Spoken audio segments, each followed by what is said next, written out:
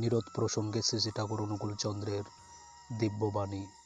শ্রী শ্রী ঠাকুর স্মিত হাস্যে বললেন, মানুষ সমাজে নানারূপ ঘৃণা অনেক সময় পায়, তাতে তার হীনমন্যতা জেগে ওঠে। সে প্রতিশোধ নিতে চায়, যারা তাকে অপমান ও নির্যাতন করছে তাদের উৎপীড়ন করতে চায়।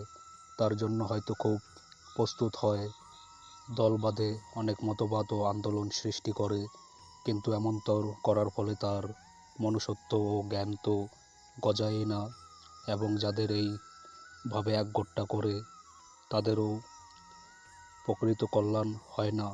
যাদের মনুষ্যত্ব আছে তারা সমাজে উৎপীড়িত হলেও নিজেদের মনকে কখনো সেই জন্য বিষাক্ত ও আক্রোশ অভিভূত হতে দেয় না। তারা মনের শক্তির অপব্যবহার করে না।